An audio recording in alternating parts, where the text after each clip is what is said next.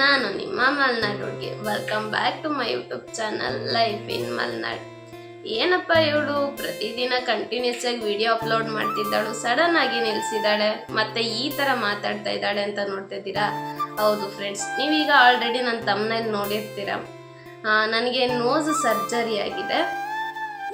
ಏನಕ್ಕೆ ಬಂತು ಅಂದರೆ ಇದಕ್ಕೆ 8 ವರ್ಷದ್ದು ಸ್ಟೋರಿ ಇದೆ ಫ್ರೆಂಡ್ಸ್. ಇದಕ್ಕೆ ಸಾರಿ, ಇದು ನನಗೆ ಪೇಯ್ನ್ ಇರೋ ಕಾರಣ ನಾನು ಹೀಗೆ ಬಗ್ಸಿ ನಾನು ಹೀಗೆ ಇಟ್ಕೊಂಡು ಮಾತಾಡಬೇಕು, ಏನೋ ಅಂದ್ಕೋಬೇಡಿ. ಈ 8 ಇಯರ್ ಜರ್ನಿ ಹೆಂಗೆ ಅಂದರೆ, ನನಗೆ 8th ಸ್ಟ್ಯಾಂಡರ್ಡಲ್ಲಿ ಸ್ಪೋರ್ಟ್ಸ್ ಆಡ್ತಾ ಇದ್ದೆ. ಆ ಟೈಮಿಂದ ನನಗೆ ಶುರುವಾಗಿದ್ದು. ಬಟ್ ಅವಾಗ ನನಗೆ ಇದು ಮೈಗ್ರೇನ್ ಅಂತಲೂ ಗೊತ್ತಿರಲಿಲ್ಲ, ಏನಕ್ಕೆ ಈಗ ಆಗ್ತಾ ಇದೆ ಅಂತಲೂ ಗೊತ್ತಿರಲಿಲ್ಲ. ತುಂಬ ತಲೆನೋವು ಬರೋದು, ಒಂದೇ ಸೈಡ್ ತಲೆನೋವು ಬರೋದು, ಕಣ್ಣೆಲ್ಲ ಮಂಜಾಗೋದು, ವಾಮಿಟ್ ಬರೋದು, ಈ ಥರ ಆಗ್ತಾಯಿತ್ತು. 8ಲ್ಲಿ ಹಿಂಗಾಯ್ತು ಅಂತೇಳಿ ಹೋಗಿ ತೋರಿಸಿದಾಗ ಅವಾಗ ಸ್ಟಾರ್ಟಿಂಗೇ ಹೇಳಿದರು ಇದು ಮೈಗ್ರೇನ್ ಸಿಂಪ್ಟಮ್ಸ್ ಅಂತ ಹೇಳ್ಬಿಟ್ಟು. ಓಕೆ, ಇದಕ್ಕೆ ಟ್ರೀಟ್ಮೆಂಟ್ ತಗೊಳ್ಳೋಣ ಅಂತ ಹೇಳ್ಬಿಟ್ಟು ಈಗ ನಾನು ಯಾವುದಾದ್ರೂ ಹಾಸ್ಪಿಟಲ್ಗೆ ಹೋದರೆ ಈ ಥರ 6 ಮಂತ್ಸಿಗೆ ತಗೊಳ್ಳಿ, ಈ ಥರ 8 ಮಂತ್ಸಿಗೆ ತಗೊಳ್ಳಿ ಟ್ಯಾಬ್ಲೆಟು, ಕಮ್ಮಿ ಆಗುತ್ತೆ ಅಂತೇಳಿ ಇದೇ ಥರ ಟ್ಯಾಬ್ಲೆಟ್ ಕೊಡ್ತಾ ಬಂದರು. ಆಮೇಲೆ ನಾನು 9th ಮುರಾರ್ಜಿಗೆ ಸೇರಿಕೊಂಡೆ. ಮುರಾರ್ಜಿಗೆ ಸೇರ್ಕೊಂಡಾಗಲೂ ಅಷ್ಟೇ, ಅಲ್ಲಿ ಸುಮಾರು ಥರದ ಮಾತುಗಳನ್ನ ಕೇಳ್ಬಿಟ್ಟೆ. ಇವಳಿಗೆ ಹಾಸ್ಟೆಲಲ್ಲಿ ಇರೋಕ್ಕಾಗಲ್ಲ ಅಂತ ಹೇಳ್ಬಿಟ್ಟು ನಾಟಕ ಮಾಡ್ತಾ ಇದ್ದಾಳೆ, ಹಾಗೆ ಹೀಗೆ ಅಂತೆಲ್ಲ ಮಾತಾಡಿದರು. ಇಟ್ಸ್ ಓಕೆ, ಅದು ನನಗೆ ಗೊತ್ತಿತ್ತು ನನ್ನ ಪೇಯ್ನ್ ಏನು ಅಂತ ಹೇಳ್ಬಿಟ್ಟು. ನನ್ನ ಅಪ್ಪ ಅಮ್ಮನೂ ನೋಡ್ತಿದ್ರು. ನನ್ನ ಅಮ್ಮ ಎಷ್ಟು ಹರಕೆ ಕಟ್ಟಿದ್ದಾರೆ ಅಂದರೆ ಈ ನೋವು ಕಮ್ಮಿ ಆಗಲಿ ಅಂತೇಳಿ, ಆ ದೇವ್ರೊಬ್ಬನಿಗೆ ಗೊತ್ತು. ಆಮೇಲೆ 10th ಮುಗಿಸ್ಕೊಬಂದೆ. ಎಷ್ಟು ಮೆಡಿಸನ್ ತೊಗೊಂಡ್ರೂ ಕಮ್ಮಿನೇ ಆಗ್ತಾ ಇರಲಿಲ್ಲ. ಆಮೇಲೆ PUಗೆ ಮನೆಯಿಂದನೇ ಓಡಾಡ್ತಾ ಇದ್ದೆ. ಅಲ್ಲೂ ಕೂಡ ಅದೇ ರೀತಿ ಆಗೋಕ್ಕೆ ಶುರುವಾಯಿತು. ಆವಾಗ ನನಗೆ ಯೋಚನೆ ಆಯಿತು, ನಾನು ಅಂದ್ಕೊಂಡಿದ್ದು ತಪ್ಪು, ನನ್ನ ಅಪ್ಪ ಅಮ್ಮ ಬಿಟ್ಟಿದ್ದೆ ಅಂತೇಳಿ ಮೇ ಬಿ ನನಗೆ ಈ ಥರ ಬಂದಿದೆ ಅಂತ ನಾನು ಅಂದ್ಕೊಂಡೆ. ಬಟ್ ಅದು ಯಾಕೆ ಬಂತು, ಜೀನ್ಸಿಂದ ಬಂತ ಏನು ಅಂತಲೇ ಗೊತ್ತಿಲ್ಲ. ಬಟ್ ನಮ್ಮ ಮನೇಲಿ ಯಾರನ್ನ ಕೇಳಿದ್ರು ನಮಗೆ ಆ ಥರ ತಲೆನೋವು ಯಾರಿಗೂ ಇರಲಿಲ್ಲ ಅಂತಲೇ ಹೇಳ್ತಾ ಇದ್ರು. ಅದೇ ರೀತಿ PUಗೆ ಬಂದೆ. PUಲಿ ಮತ್ತೆ ಅದೇ ಥರ. PUಲಿ ಯಾವ ಥರ ಅಂದರೆ ಅಲ್ಲಿ ಸ್ವಲ್ಪ ಚೇಂಜಸ್ ಆಯಿತು. ಹೇಗೆ ಅಂದರೆ, ನಂದು ನಾಳೆ ಪೀರಿಯಡ್ಸ್ ಇದೆ ಅಂದರೆ ಅದ್ರ ಹಿಂದಿನ ದಿನ ಶುರು ಆಗೋದು. ಈ ಕಡೆ ಆ ಪೇಯ್ನು ತಿನ್ನಬೇಕಿತ್ತು, ಈ ಕಡೆ ಈ ಪೇಯ್ನು ತಿನ್ನಬೇಕಿತ್ತು. 2 ಥರದ್ದು ಪೇಯ್ನ್ ಇರ್ತಾಯಿತ್ತು. ಅದಾದಮೇಲೆ ಆ ಥರನೇ 1 ಇಯರ್ 1.5 ಇಯರ್ ಥರ ಅದೇ ಥರ ನಡೀತಾ ಹೋಯ್ತು. ಅದಾದಮೇಲೆ ಆ ಮೈಗ್ರೇನ್ ಯಾವಾಗ ಬರೋಕ್ಕೆ ಅಂದರೆ ಯಾವಾಗ ಬರುತ್ತೆ ಅಂತಲೇ ಗೊತ್ತಾಗ್ತಾ ಇರಲಿಲ್ಲ. 3 ಮಂತ್ಸಿಗೆ ಒಂದ್ಸತಿ ಬರೋದು, 4 ಮಂತ್ಸಿಗೆ ಒಂದ್ಸತಿ ಬರೋದು, ಮಂತಲ್ಲಿ 2 ಟೈಮ್ಸ್ 3 ಟೈಮ್ಸ್ ಈ ಥರ ಬರೋಕ್ಕೆ ಶುರುವಾಯಿತು. ಅದಾದಮೇಲೆ ಅದೇ ರೀತಿ 2 ಇಯರು ನಾನು ಮನೆಯಿಂದ ಓಡಾಡ್ಕೊಂಡು ಕಂಟಿನ್ಯೂ ಮಾಡಿದೆ. PUಲಿ ಅದೇ ರೀತಿ ಕಷ್ಟಪಟ್ಟು ನಾನು ಎಜುಕೇಷನ್ ಮುಗಿಸಿದೆ. ಆಮೇಲೆ ಡಿಗ್ರಿಗೆ ಬಂದಾಗಲೂ ಸೇಮ್. ಅದು ಯಾವಾಗ ನಾನು ಹೆಚ್ಚು ಸ್ಟ್ರೆಸ್ ತಗೊತಿದ್ದೆ ಅಂದರೆ, ಈಗ ನನಗೆ ಫೈನಲ್ ಎಕ್ಸಾಮ್ ಇದೆ. ಆ ಫೈನಲ್ ಎಕ್ಸಾಮ್ ಇರುವಾಗಲೇ ನನಗೆ ಈ ಮೈಗ್ರೇನ್ ಅನ್ನೋದು ತುಂಬ ಜಾಸ್ತಿ ಆಗ್ತಾಯಿತ್ತು. ಅವಾಗ ಏನು ಅಂದ್ಕೊತಿದ್ರು ಎಲ್ಲ, ಇವಳು ಓದಕ್ಕೆ ನಾಟಕ ಮಾಡೋಕ್ಕೋಸ್ಕರ ಈ ಥರ ಮಾಡ್ತಾ ಇದ್ದಾಳೆ ಅಂತೆಲ್ಲ ಅನ್ನೋರು. ಬಟ್ ಅದು ನಾನು ಅನುಭವಿಸಿರೋದ್ರಿಂದ ನನಗೆ ಗೊತ್ತು ಅದ್ರ ನೋವೇನು ಅಂತೇಳಿ. ಅದೇ ಥರ ನಾನು ಸೆಕೆಂಡ್ ಇಯರಲ್ಲಿ ಇರುವಾಗ ಡಿಗ್ರಿಲಿ ಸೆಕೆಂಡ್ ಇಯರಲ್ಲಿ ಇರುವಾಗ ಆಯುರ್ವೇದಿಕ್ ಹಾಸ್ಪಿಟಲ್ ಧರ್ಮಸ್ಥಳ ಆಯುರ್ವೇದಿಕ್ ಹಾಸ್ಪಿಟಲ್ ಇದೆ ಹಾಸನಲ್ಲಿ. ಅಲ್ಲಿಗೆ ಹೋಗಿ ತೋರಿಸಿದಾಗ ಅವರು ಟ್ರೀಟ್ಮೆಂಟ್ ಕೊಟ್ಟರು. ನೋಸಿಗೆಲ್ಲ ಅದು ಆಯುರ್ವೇದಿಕ್ ಎಲ್ಲ ಆಗ್ತಾಯಿದ್ರು, ಅದು ಕಮ್ಮಿ ಆಗುತ್ತೇನೋ ಅಂತೇಳಿ ನಾವು ಕೂಡ 15 ಡೇಸ್ ಟ್ರೀಟ್ಮೆಂಟ್ ತೊಗೊಂಡೆ. ಬಟ್ ಅಲ್ಲಿಂದನೂ ಏನೂ ಯೂಸ್ ಆಗಲಿಲ್ಲ. ಅದು ಹೇಗೆ ಅಂದರೆ, ಬರ್ತಾ ಹೇಗಾಯಿತು ಅಂದರೆ, ವರ್ಷ ಎಲ್ಲ ಆರಾಮಾಗಿರ್ತಿದ್ದೆ. ಕರೆಕ್ಟಾಗಿ ಯಾವಾಗ ಎಕ್ಸಾಮ್ ಬರೋದು ಹಿಂದಿನ ದಿನ ಎಕ್ಸಾಮ್ ಇನ್ನೇನು ನಾಳೆ ಇದೆ ನಾಡ್ದಿದೆ, ಅದು ಮೇಯ್ನ್ ಎಕ್ಸಾಮ್ ಇರುವಾಗ ಆ ಥರ ಆಗ್ತಾಯಿತ್ತು. ಓಕೆ, ಇನ್ನೇನು ಮಾಡೋಂಗಿಲ್ಲ, ಈಗ ಎಕ್ಸಾಮ್ ಮುಗಿಸಿ ಹೇಗೋ ಕಷ್ಟಪಟ್ಟು ಈ ಡಿಗ್ರಿನ ಮುಗಿಸಿದ್ರೆ ರಜೆ ಸಿಕ್ಕಿದಾಗ ಟ್ರೀಟ್ಮೆಂಟ್ ತಗೊಳ್ಳೋಣ ಅಂತ. ಆ ಟೈಮಲ್ಲಿ ನನಗೆ ಬೇಜಾರಾಗೋಕ್ಕೆ ಶುರುವಾಗೋದು. ಯಾವ ಥರ ಅಂದರೆ, ನಾನು ಎಷ್ಟು ಎಫರ್ಟ್ ಹಾಕಿ ಓದಬೇಕು ಅಂತ ಅಂದ್ಕೊತೀನಿ, ಅದೇ ಟೈಮಿಗೆ ಈ ಮೈಗ್ರೇನ್ ಬರುತ್ತಲ್ಲ, ನಾನು ಯಾವ ಥರ ಇರಲಿ ಅಂತೇಳಿ ಯೋಚನೆ ಮಾಡಿದೆ. ನಾನು ಫುಡ್ ಸ್ಟೈಲ್ ಪೂರಾ ಚೇಂಜ್ ಮಾಡಿದೆ. ನಾನು ಜಂಕ್ ಫುಡ್ಸ್ ತಿನ್ಕೊಂಡು ಎಲ್ಲ ಆರಾಮಾಗಿ ಇರ್ತಾಯಿದ್ದೆ. ಬಟ್ ಇದು ಯಾವಾಗ ಜಾಸ್ತಿ ಆಗೋಕ್ಕೆ ಶುರು ಆಯಿತು, ನಂತರ ಡಯಟ್ ಮಾಡೋರೆ ಯಾರೂ ಇರಲಿಲ್ಲ ನಮ್ಮ ಮನೇಲಿ. ಆ ಥರ ಒಂದು ಟೈಮಲ್ಲಿ ಹೆಂಗಾಗೋಗ್ಬಿಟ್ಟೆ ಅಂದರೆ 53 kg ವೆಯ್ಟ್ ಆಗೋಗ್ಬಿಟ್ಟೆ ನಾನು ಆ ಥರ ತಿಂದು ತಿಂದು ತಿಂದು. ಆಮೇಲೆ ನನ್ನ ಮುಖ ನನಗೆ ನೋಡೋಕ್ಕಾಗ್ದಲೇ ಡಯಟ್ನ ಶುರು ಮಾಡಿದೆ. ಅದರಿಂದ ಮೇ ಬಿ ಕಮ್ಮಿ ಆಗ್ಬೋದು, ಔಟ್ಸೈಡ್ ಫುಡ್ಡಿಂದ ಈ ಥರ ಆಗ್ತಾ ಇರ್ಬೋದೇನೋ ಅಂತೇಳಿ ಆ ಥರ ಎಲ್ಲ ನಾನು ಥಿಂಕ್ ಮಾಡಿ ಡಯಟ್ ಎಲ್ಲ ಮಾಡ್ಕೊಂಡು ಬಂದೆ. ಬಟ್ ಅಲ್ಲೂ ಏನು ಯೂಸ್ ಆಗಲಿಲ್ಲ. ಲಾಸ್ಟ್ ಹೋಪ್ ಒಂದಿತ್ತು, ನಾನು ರಾಯರನ್ನ ನಂಬಕ್ಕೆ ಶುರು ಮಾಡಿದ್ದೆ. ನಾನು ಫೈನಲ್ ಇಯರ್ ಡಿಗ್ರಿಲಿ ನಾನು ಹೇಳ್ಕೊಂಡಿದ್ದೆ, ನನಗೆ ಏನಾದರೂ ಹುಷಾರು ಕಮ್ಮಿ, ಮೈಗ್ರೇನ್ ಬರೋದು ಕಮ್ಮಿ ಆದರೆ ನಾನು ಮಂತ್ರಾಲಯಕ್ಕೆ ಬರ್ತೀನಿ ಅಂತ ಹೇಳಿ ಹೇಳ್ಕೊಂಡಿದ್ದೆ. ಅದೇ ರೀತಿ ಹೋಗಿ ಇಲ್ಲಿ ನಿಮ್ಮ ಸನ್ನಿಧಾನಕ್ಕೆ ಬಂದಿದ್ದೀನಿ, ನನಗೆ ಮೈಗ್ರೇನ್ ಕಮ್ಮಿ ಮಾಡಿ ಅಂತ ಕೂಡ ಬಂದಿದ್ದೆ. ನನ್ನ ಪುಣ್ಯಕ್ಕೆ ಅಲ್ಲಿಂದ ಬಂದು ಒಂದು ಸುಮಾರು ತಿಂಗಳು, ವರ್ಷ ಅನ್ನೋಕ್ಕಿಲ್ಲ, ಸುಮಾರು ತಿಂಗಳು ಯಾವುದೇ ತೊಂದರೆ ಇಲ್ದಲೆ ಆರಾಮಾಗಿ ಶಟಲ್ ಕಾಕ್ ಆಡ್ಕೊಂಡು ಆರಾಮಾಗಿದ್ದೆ ಕಾಲೇಜಲ್ಲಿ. ಆ ಟೈಮಲ್ಲಿ ನಾನು ಹಾಸ್ಟೆಲಲ್ಲೇ ಇದ್ದೆ, ಡಿಗ್ರಿ ಹಾಸ್ಟೆಲ್, ನಮ್ಮ ಕಾಲೇಜ್ ಹಾಸ್ಟೆಲಲ್ಲೇ ಇದ್ದೆ. ಅಲ್ಲಿ ಆರಾಮಾಗೇ ಇದ್ದೆ. ಲಾಸ್ಟ್ ಈಗ ಒಂದು 2 months ಬ್ಯಾಕ್ ಎಕ್ಸಾಮ್ ಆಯಿತು ನಮಗೆ, ಫೈನಲ್ ಇಯರ್ ಎಕ್ಸಾಮ್. ಎಷ್ಟು ಚಂದ ಪ್ರಿಪ್ರೇಷನ್ ಆಗಿದ್ದೆ ಅಂದರೆ ನಾನು ಲಿಟ್ರಲಿ ನನಗೆ ಯಾವುದು ಎಜುಕೇಷನ್ನೇ ಬೇಡಪ್ಪ ಅನ್ನೋ ಸ್ಥಿತಿಗೆ ಬಂದುಬಿಟ್ಟೆ. ಹೆಂಗೆ ಅಂದರೆ ಟ್ರಿಪ್ಪಿಗೆ ಹೋಗಿದ್ವಿ, ಟ್ರಿಪ್ಪಿಂದ ಬಂದು ಮಾರನೇ ದಿನ ಫುಲ್ BP ಲೋ ಆಯಿತು. BP ಲೋ ಆಗಿದ್ದು ಅದು ಮತ್ತೆ ಮಾರನೇ ದಿನ ಮೈಗ್ರೇನಿಗೆ ಕನ್ವರ್ಟ್ ಆಗಿಬಿಡ್ತು. ನಾನು ಇನ್ನಿಲ್ವಲ್ಲ, ಆರಾಮಾಗಿ ಬರಿಬೋದು, ಎಕ್ಸಾಮ್ನೆಲ್ಲ ಆರಾಮಾಗಿ ಬರಿಬೋದು ಅಂತೆಲ್ಲ ಯೋಚನೆ ಮಾಡ್ತಾಯಿದ್ದೆ. ಬಟ್ ಅದು ಬಂದು ನಾನು ಏನು ಹೋಪ್ ಇಟ್ಕೊಂಡಿದ್ದೆ ಅದನ್ನೆಲ್ಲ ಹಾಳು ಮಾಡಿಬಿಡ್ತು ಒಂದು ಸೆಕೆಂಡು. ಬಟ್ ಇಟ್ಸ್ ಓಕೆ, ನಾನು ಅನ್ಕೊಂಡಿದ್ದಷ್ಟು ಟಾರ್ಗೆಟ್ ರೀಚ್ ಆಗೋಕ್ಕಾಗಲಿಲ್ಲ. ಬಟ್ ಒಂದು ರೇಂಜಿಗೆ ನಾನು ರಿಸಲ್ಟ್ ತೆಗ್ದಿದ್ದೀನಿ. ಅಷ್ಟೊಂದೇನು ನಮ್ಮ ಪಪ್ಪ ಅಮ್ಮನ್ನ ತಲೆ ಬಗ್ಸೋಷ್ಟು ಏನು ಕೆಲಸ ಅಂದರೆ ರಿಸಲ್ಟ್ನ ಕಮ್ಮಿ ಮಾಡಿಲ್ಲ. ನಾನು ಚೆನ್ನಾಗೇ ರಿಸಲ್ಟ್ ತೆಗ್ದಿದ್ದೀನಿ. ಅದಾದಮೇಲೆ ಇನ್ನು ರಜಾ ಸಿಕ್ತಲ್ವಾ ಅಂತ ಹೇಳ್ಬಿಟ್ಟು ಫೈನಲ್ ಆಗಿ ಡಿಸೈಡ್ ಮಾಡಿದೆ ಫ್ರೆಂಡ್ಸ್. ನಾನು ಮಂಗಳೂರಲ್ಲಿ ನನ್ನ ಅಕ್ಕ ಅಣ್ಣ ಇದ್ದಾರೆ. ನಾನು ನಿಮಗೆ ಪ್ರೀವಿಯಸ್ ವಿಡಿಯೋ ನೋಡಿರ್ಬೋದು, ನಾನು ಒಂದು ರೀಲ್ಸ್ ಮಾಡಿದ್ನಲ್ವ, ಆ ಮನೇಲಿ ಅಣ್ಣ ಅಕ್ಕ ಇದ್ದಾರೆ. ಅವರು ಮಂಗಳೂರಲ್ಲಿರೋದು, ಅಣ್ಣ ಪ್ರೊಫೆಸರು. ಅವ್ರ ಹತ್ರ ಒಂದು ಸತಿ ಸಜೆಷನ್ ಕೇಳಿದೆ, ಮಂಗಳೂರಲ್ಲಿರೋ ಫಾದರ್ ಮೂಲ ಹಾಸ್ಪಿಟಲ್ ಹೇಗಿದೆ ಅಂತ ಹೇಳ್ಬಿಟ್ಟು. ಲಿಟ್ರಲಿ ನೀವು ನಂಬ್ತಿರೋ ಬಿಡ್ತಿರೋ ಫ್ರೆಂಡ್ಸ್, ನಾನು 8 ವರ್ಷದಿಂದ ಕಷ್ಟಪಟ್ಟಿರೋದು ದೇವ್ರಿಗೆ ಬಿಟ್ಟರೆ ನಂಗೆ ಮಾತ್ರ ಗೊತ್ತು, ಓಕೆನಾ. ಎಷ್ಟು ಥರ ನೋವು, ಎಷ್ಟು ಥರ ಏನೇನೆಲ್ಲ ಅನುಭವಿಸ್ಬಿಟ್ಟೆ ಅಂದರೆ ನಾನಂತೂ ಎಲ್ಲ ಕಡೆ ತೋರಿಸಾಯಿತು. ಫೈನಲ್ ಆಗಿ ಇನ್ನು ಇದೊಂದು ಬಾಕಿ ಇದೆ, ಇದನ್ನು ಬಿಟ್ಟರೆ ನಂಗೆ ಇನ್ನೇನೋ ಆಪ್ಷನ್ ಇಲ್ಲ ಅಂತ ಹೇಳ್ಬಿಟ್ಟು ಬಂದೆ. ಫಸ್ಟು ENT ಡಾಕ್ಟ್ರ್ ಹತ್ರ ಕಳಿಸ್ತಾರೆ.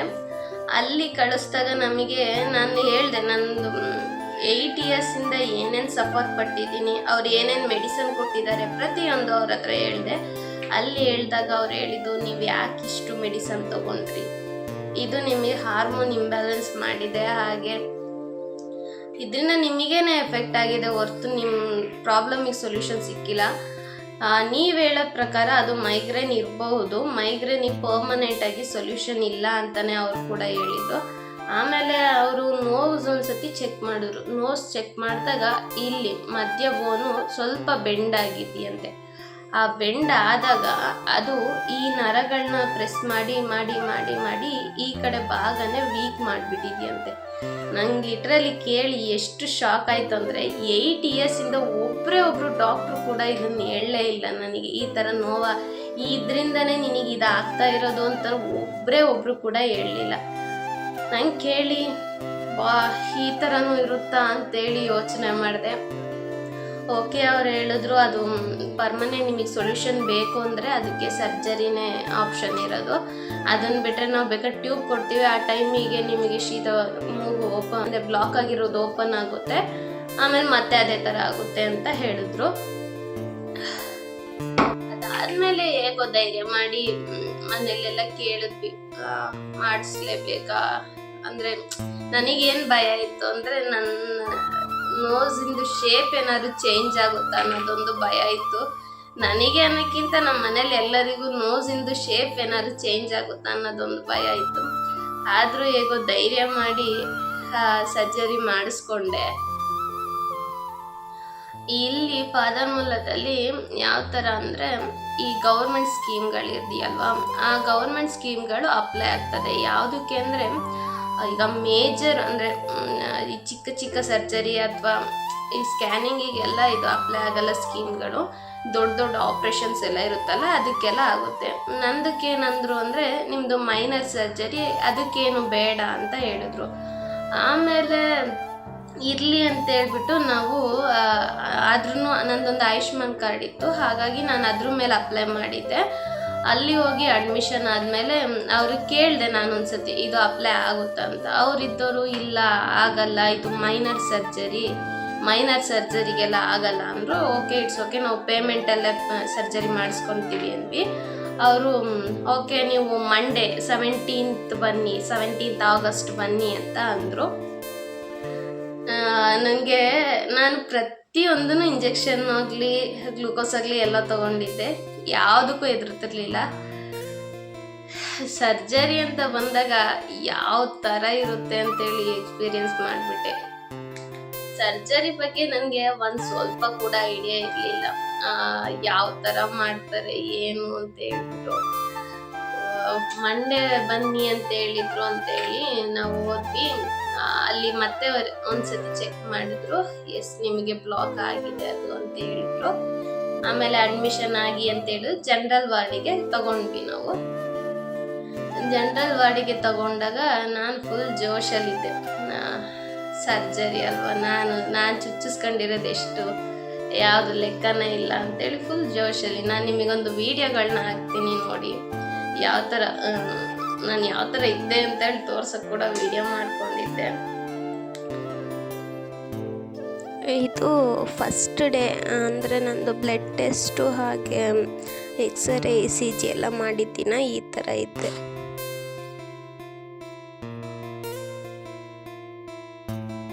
ನಾನು ಅಡ್ಮಿಷನ್ ಆಗಿದ್ದು ಮಧ್ಯಾಹ್ನ ಅಡ್ಮಿಷನ್ ಆದೆ ಅಲ್ಲಿಗೆ. ನನಗೆ ಬೆಡ್ ನಂಬರ್ 20 ಸಿಕ್ತು. ಅಲ್ಲಿ ನಾನು ಸಂಜೆವರೆಗೂ ಆರಾಮಾಗಿ ಫುಲ್ ಜೋಶಲ್ಲಿ ಹಾಯ್ ಫ್ರೆಂಡ್ಸ್, ಎಲ್ಲೋ ಫ್ರೆಂಡ್ಸ್ ಅಂದ್ಕೊಂಡು ವಿಡಿಯೋ ಎಲ್ಲ ಮಾಡ್ಕೊಂಡಿದ್ದೆ. ಸಂಜೆ ಬಂದರು ನೋಡಿ, ಹೀಗೆ ಆರಾಮಾಗಿ ಮಲಗಿದ್ದೆ ಫ್ರೆಂಡ್ಸ್. ನಾನು ಇಲ್ಲಿದೆಯಲ್ಲ ರೈಟ್ ಹ್ಯಾಂಡು, ನಾನು ಈ ಕಡೆ ಮಾತಾಡ್ತಾ ಇದ್ದೀನಿ, ಬಂದು ಬ್ಲಡ್ ಕೊಡಿ ಅಂದರು. ನೀವು ನಂಬ್ತಿರೋ, ನಾನು ಯಾವ ಟ್ರೀಟ್ಮೆಂಟ್ ಬೇಕಾದ್ರೆ ತೊಗೊತೀನಿ, ನಾನು ಬ್ಲಡ್ ನೋಡಿದ್ರೆ ಮಾತ್ರ ಆಗಲ್ಲ. ಬ್ಲಡ್ ಕೊಡಿ ಅಂದಿದ ತಕ್ಷಣ ನನಗೆ ಫುಲ್ಲು ಮೀಟ್ರ್ ಆಫ್ ಆಗೋಗ್ಬಿಡ್ತು. ಅಲ್ಲಿ ಚುಚ್ಚಿ 3 ಟ್ಯೂಬ್ ತಗೊಂಡೋಗ್ಬಿಟ್ರು. ನನಗೆ ಈ ಕಡೆ ಬೈಕೊಳ್ಳೋಂಗೂ ಇಲ್ಲ, ಈ ಕಡೆ ಬಿಡೋಂಗೂ ಇಲ್ಲ, ಆ ಪರಿಸ್ಥಿತಿ ನಂದು. ಬ್ಲಡ್ ತಗೊಂಡು ಹೋದ್ಮೇಲೆ ECG ಮಾಡಿಸಿ ಅಂದರು. ECG ನಾನು ನಾರ್ಮಲಾಗಿ ECG ಎಕ್ಸ್ರೇ ಎಲ್ಲ ಮಾಡಿಸಿದ್ದೆ, ನನಗೆ ಅದ್ರದ್ದೇನೋ ಭಯ ಇರಲಿಲ್ಲ. ECG ಮಾಡಿಸಿ ಅಂದರು. ಅದಾದಮೇಲೆ ಎಕ್ಸ್ರೇ ಮಾಡಿಸಿದ್ರು. ಎಕ್ಸ್ರೇ ಎಲ್ಲ ಮಾಡಿಸಿದ್ರು. ಮಂಡೇ ನಾನು ಆರಾಮಾಗೇ ಇದ್ದೆ. ನನಗೆ ಆ ಟೈಮಲ್ಲಿ ನನಗೆ ಅಷ್ಟು ಏನು ಭಯ ಇರಲಿಲ್ಲ. ಏನು ಚಿಕ್ಕ ಸರ್ಜರಿ ಅಲ್ವಾ, ಅಂದರೆ ಬೆಂಡಾಗಿರೋ ಬೋನ್ನ ಸ್ಟ್ರೈಟ್ ಮಾಡ್ತಾರೆ ಅಷ್ಟೇ ಅಲ್ವಾ ಅಂತ ಅಂದ್ಕೊಂಡು ಧೈರ್ಯವಾಗಿದ್ದೆ. ನನಗೆ ನೈಟ್ ಯಾಕೆ ಬೇಜಾರಾಯಿತು ಅಂದರೆ, ನಂದು ನೈಲ್ಸ್ ನೀವು ನೋಡಿರ್ಬೋದು ಲಾಸ್ಟ್ ವಿಡಿಯೋದಲ್ಲಿ, ತುಂಬಾ ಉದ್ದ ಇತ್ತು. ಹಾಗೆ ಚೆನ್ನಾಗಿರೋ ಕಲ್ಲರ್ ಕೂಡ ಹಾಕಿದ್ದೆ. ಅದನ್ನೆಲ್ಲ ರಿಮೂವ್ ಮಾಡಿ ನೈಲ್ಸ್ ಎಲ್ಲ ಕಟ್ ಮಾಡಿ ಅಂದ್ಬಿಟ್ರು. ನನಗೆ ನಮ್ಮ ಅಕ್ಕನಿಗೆ ಫುಲ್ ಖುಷಿ ನೈಲ್ಸ್ ಕಟ್ ಆಗ್ತಿದೆ ಅಂತ. ಬಟ್ ನನಗೆ ನಾನು ಬೆಳೆಸಿದ ನೈಲ್ಸ್ ಕಟ್ ಆಯ್ತಿದೆಯಲ್ವಾ ಅಂತೇಳಿ ಬೇಜಾರಾಗ್ತಾ ಇತ್ತು. ಬಟ್ ಇಟ್ಸ್ ಓಕೆ, ನನಗೋಸ್ಕರನೇ ಅಲ್ವಾ ಅಂತೇಳಿ ಆ ನೈಲ್ಸ್ ಎಲ್ಲ ಕಟ್ ಮಾಡಿ ರಿಮೂವ್ ಮಾಡಿದೆ, ನೈಲ್ ಪಾಲಿಶ್ ಎಲ್ಲ. ಬಟ್ ಅಲ್ಲಿದ್ದ ಸಿಸ್ಟರ್ ಕೂಡ ಹೇಳ್ತಿದ್ರು ಎಷ್ಟು ಚೆನ್ನಾಗಿದೆ ಕಲರ್ ಅಂತ ಹೇಳ್ಬಿಟ್ಟು. ಅದಾದಮೇಲೆ ನನಗೆ ಮಂಡೇ ಏನು ಅನಿಸಿರ್ಲಿಲ್ಲ, ಮಲಗಿದ್ದೆ. ಟ್ಯೂಸ್ಡೇ ನನ್ನ ಸರ್ಜರಿ ಇದ್ದಿದ್ದು 18th ನನಗೆ ಸರ್ಜರಿ ಇದ್ದಿದ್ದು. ಆವತ್ತಿನ ಡೇ ನನಗೇನು ಗೊತ್ತಿಲ್ಲ, ನಾರ್ಮಲ್ ಆಗಿದ್ದೆ. ಬಂದರು, ಅದು ಸರ್ಜರಿದು ಕಾಸ್ಟ್ಯೂಮ್ ಕೊಟ್ಟರು. ನೀವು ನಂಬ್ತಿರೋ ಫ್ರೆಂಡ್ಸ್, ನಮ್ಮ ಬಾಡಿಲಿ ಒಂದೇ ಒಂದು ದಾರ ಕೂಡ ಇರೋಕ್ಕೆ ಬಿಡಲ್ಲ ಅವರು. ಒಂದೇ ಒಂದು ದಾರ ಇಡಕ್ಕೆ ಬಿಟ್ಟಾಗೆ ಈ ಜಡೆನ 2 ಜಡೆ ಕಟ್ಸಿರ್ತಾರೆ. ನಾನು ನಿಮಗೆ ವಿಡಿಯೋ ಹಾಕ್ತೀನಿ ನೋಡಿ. ಆ ಥರ ನಾನು ಫುಲ್ ಜಡೆ ಎಲ್ಲ ಕಟ್ಟಿ ಜಡೆ ಎಲ್ಲ ಕಟ್ಟಿಸಿ ಆ ಡ್ರೆಸ್ ನನಗೆ ಕೊಟ್ಟಿರ್ತಾರೆ. ಓಕೆ, ನನಗೆ ಟ್ಯೂಸ್ಡೇ ಸರ್ಜರಿ ಇದ್ದಿದ್ದು 18ಗೆ. ನಾನು 18ಗೆ ಹೋದೆ, ಅಂದರೆ 17ಗೆ ಹೋಗಿ ಅಡ್ಮಿಟ್ ಆಗಿದ್ದೆ. 18ಗೆ ಹೋಗಿ ಬ್ರಷ್ ಮಾಡ್ಕೊಬಂದೆ. ಅಷ್ಟರಲ್ಲಿ ನನಗೆ ಆ ಡ್ರೆಸ್, ಪಿಂಕ್ ಕಲರ್ ಡ್ರೆಸ್ ಮತ್ತು ವೈಟ್ ಕಲರ್ ಟೇಪ್ ತಂದಿಟ್ಟಿದ್ರು. ನಾನು ಫುಲ್ ಜೋಶಲ್ಲಿದ್ದೆ ಅಲ್ವಾ. ವಾಶ್ರೂಮ್ಗೆಲ್ಲ ಹೋಗಿ ಬಂದು ನೋಡ್ತೀನಿ, ಕಾಸ್ಟ್ಯೂಮ್ ಕೊಟ್ಟಿದ್ದಾರೆ. ಬಂದು ಹೇಳ್ತಾರೆ, ಇದನ್ನು ವೇರ್ ಮಾಡಬೇಕು, ನೀವು ಕಟ್ಟಿರೋ ದಾರ ಎಲ್ಲ ಬಿಚ್ಚಬೇಕು ಅಂತ ಹೇಳ್ಬಿಟ್ಟು. ಆಮೇಲೆ ನಮಗೆ ಅಲ್ಲೊಬ್ಬರು ಕೇರಳ ಫ್ಯಾಮಿಲಿ ಪರಿಚಯ ಆಯಿತು. ಎಷ್ಟು ಅಟ್ಯಾಚ್ ಆದ್ವಿ ಅಂದ್ರೆ ನಾವು ಇದ್ದಿದ್ದು 3 ದಿನ, ಬಟ್ ನಮಗೆ ಬಿಟ್ಟು ಹೊರಕ್ಕೆ ಎಷ್ಟು ಬೇಜಾರಾಗ್ತಾಯಿತ್ತು ಅಂದರೆ ಅವ್ರು ಹೇಳಿದರು, ಲಾಸ್ಟಿಗೆ ಹೋಗೋಗಿ ಹೇಳಿದ್ರು, ಮತ್ತೆ ಮೀಟ್ ಮಾಡೋಣ ಹಾಸ್ಪಿಟ್ಲಲ್ಲಂತೂ ಬೇಡ ಅಂತ ಹೇಳಿದ್ರು.